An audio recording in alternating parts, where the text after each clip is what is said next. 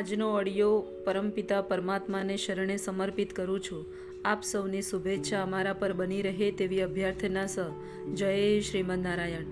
શ્રીમદ ભગવદ્ ગીતા પરમેશ્વરનું જ્ઞાન નામનો 7મો અધ્યાય, શ્લોક 23.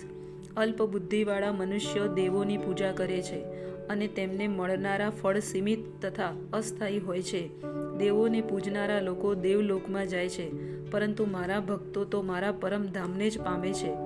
ભગવદ્ ગીતાના કેટલાક ભાષ્યકારો કહે છે કે દેવોને પૂજનારો મનુષ્ય પણ પરમેશ્વર પાસે પહોંચી શકે છે, પરંતુ અહીં સ્પષ્ટ શબ્દોમાં કહ્યું છે કે દેવોને પૂજનારા વિભિન્ન લોકમાં જાય છે કે જ્યાં વિભિન્ન દેવો નિવાસ કરે છે. જેમ કે સૂર્યની ઉપાસના કરનારો સૂર્યલોકને અથવા ચંદ્રનો ઉપાસક ચંદ્રલોકને પામે છે, તે જ પ્રમાણે જો કોઈ મનુષ્ય ઇન્દ્ર જેવા દેવને પૂજા કરવા ઈચ્છે તો તે એ જ દેવના લોકને પામે છે. એવું નથી કે ગમે તે દેવને પૂજવાથી પૂર્ણ પુરુષોત્તમ પરમેશ્વરના સાનિધ્યમાં જઈ શકાય છે. આનો અહીં નિષેધ થયો છે, કારણ કે અહીં એમ સ્પષ્ટ જ કહ્યું છે કે વિભિન્ન દેવોને પૂજનારો ભૌતિક જગતના વિભિન્ન લોકમાં જાય છે, જ્યારે પરમેશ્વરનો ભક્ત ભગવાનના પરમ ધામમાં જાય છે. અહીં એવી શંકા કરી શકાય કે જો દેવો પરમેશ્વરના દેહના વિભિન્ન અંગો હોય તો પછી તેમની પૂજા કરવાથી પણ સમાન ફળ મળવું જોઈએ, પરંતુ દેવોને પૂજનારા અલ્પજ્ઞ હોય છે, કારણ કે તેઓ જાણતા નથી કે શરીરના કયા અંગને ભોજન આપવું જોઈએ. તેઓમાંના કેટલાક એવા મૂર્ખ હોય છે કે અંગ અનેક હોવાથી ભોજન પૂરું પાડવાના પ્રકાર પણ અનેક હોય છે, એવો તેઓ દાવો કરે છે, પરંતુ આ બહુ ઉચિત નથી.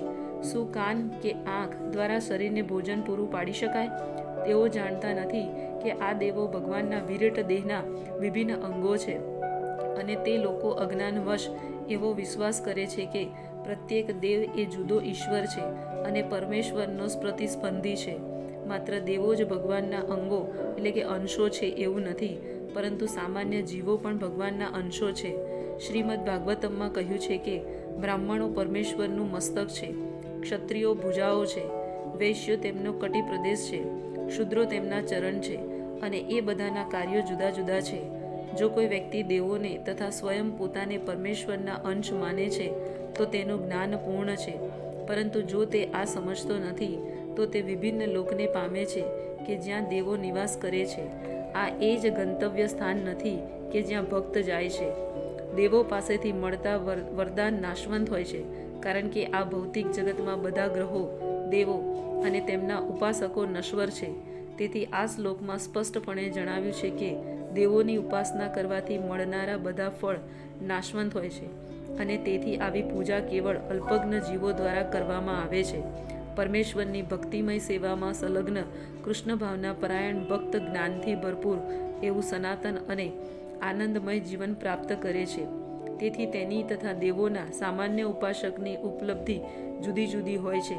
પરમેશ્વર અનંત છે, તેમનો અનુગ્રહ અનંત છે, અને તેમની દયા પણ અપાર છે. તેથી પરમેશ્વરની શુદ્ધ ભક્તો પર થતી કૃપા પણ અપાર જ હોય છે. જય શ્રીમદ નારાયણ.